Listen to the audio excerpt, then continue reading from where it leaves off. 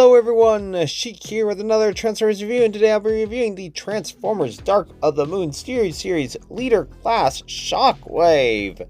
And here he is in tank mode, and this is a pretty cool figure, but robot mode is where it's at. His tank is interesting, to say the least. It's pretty much just Shockwave folded up a little bit, and because I mean here clearly is his legs and then his arms and then his head right there. I will say it does remind me a lot of Revenge of the Fallen Megatron with his tank mode and his face being visible right there. I don't know how much molding or way they transform is shared, but it is a nice alien tank mode that looks like it can also fly. But the character never transformed in the movie, and I was actually looking for concept art of him in his vehicle mode or just him in general, and it was hard to find anything. I mean, there is some stuff like in his robot mode and then like fan art, fan designs, but I couldn't find anything that seemed like official concept art for his vehicle mode. And since it is never shown in the movie, they, I guess, decided to go with this design. It is different from the original Dark of the Moon mech tech Shockwave, which I absolutely love. That thing was really cool, really fun, and I think the tank mode is probably a bit better. But this guy has a stupendous robot mode, if you ask me. Not too much else to really say about the vehicle mode. Like I said, it is just him pretty much folded up a bit from robot mode, and he is pretty simple, but he does look really cool. It's like the molded in detail that's then painted, like the black for the tread right here, the brass or copper paint right here, just all that molded in detail is really nice. And the purplish metallic color that's kind of brushed, it's really, really nice. I really think they did a good job with this in that regard, but there are some issues that we'll discuss more in a robot mode.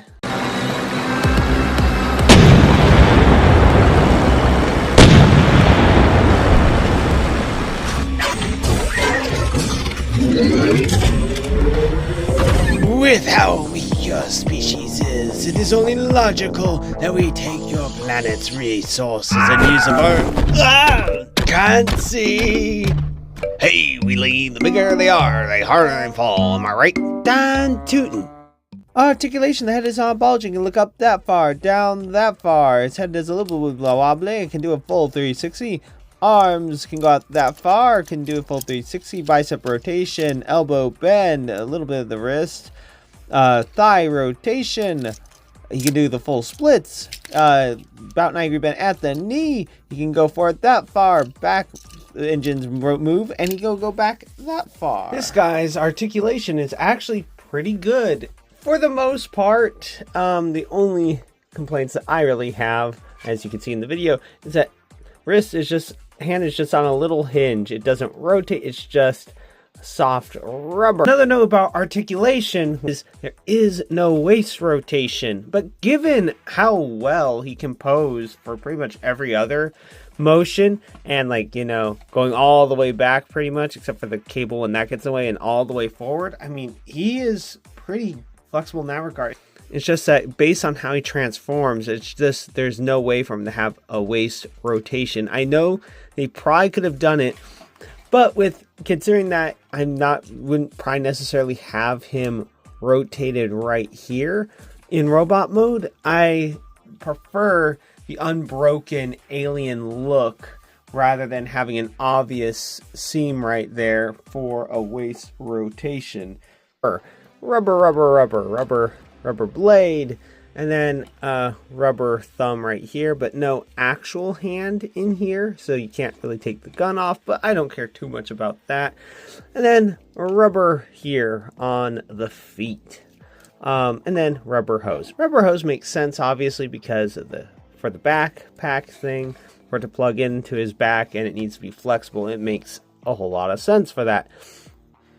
And then I guess for these spines to be rubber, I'm okay with that. But the only place where I did not like it is the hand and the blade, which is why I have on pre-order the DNA upgrade kit for this guy that I think replaces this forearm, the blade, and then the gun arm, because the gun tip is also rubber.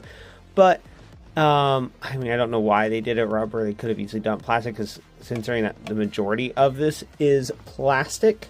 But my biggest complaint though is the hand and the blade, because it's like, why? Like, you can't really clash this with anything, and yeah, it's just soft rubber.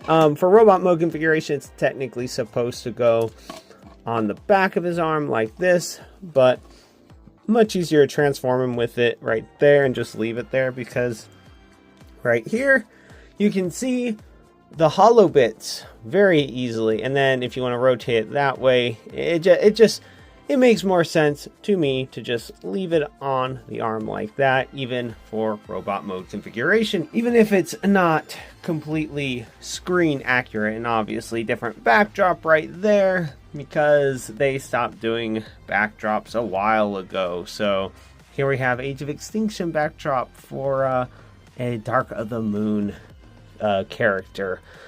The detail on this guy is very nice. I do love the way that head looks, the molded in like vertical mouth. It's just so cool. That eye, and just the alien nature, like it makes you even think of the xenomorph alien, as well as just that alien ship from the movie Alien.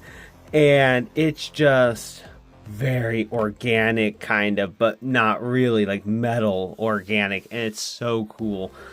I think someone could correct me if I'm wrong, but looks like it is Revenge of the Fallen Megatron's thighs that they have up here, or at least similar design, like with what looks like boosters right there. I don't have the figure. I would like to get a hold of a figure of the Studio Series Dark of the Moon, not Dark of the Moon. Well, I would also love to get Dark of the Moon Megatron. He is so expensive. So very expensive. And there's not even KOs of him, like there's that I have seen anyway. There are tons of KOs of like I keep saying Dark of the Moon. Revenge of the Fallen Megatron, as well as 2007 Studio Series Megatron. But I would love for them to re-release Dark of the Moon Megatron again. Other than the rubber plastic, my only real gripe with this guy is the ankles, or the feet right here. It's not the ankle pivot that I have issues with. It is not this foot specifically. It's the other one that's more of an issue. But this hinge right here is very loose, and it does not take much for him to fall over backwards. I don't know if it was like this out of the box or not. It's possible I might have stressed it during a transformation, but this one is significantly looser, and there's nothing that I can think of to really fix that to make it not so loose. So that's about it for Shockwave. He is very good, has some issues, and I know I didn't talk about the parachuter guy very much, or Brains and Wheelie, but they are nice little accessories as well. I hope you liked this review and you'd like to see more. Please click that like and subscribe button to see more. Until next time, have a good one, everyone.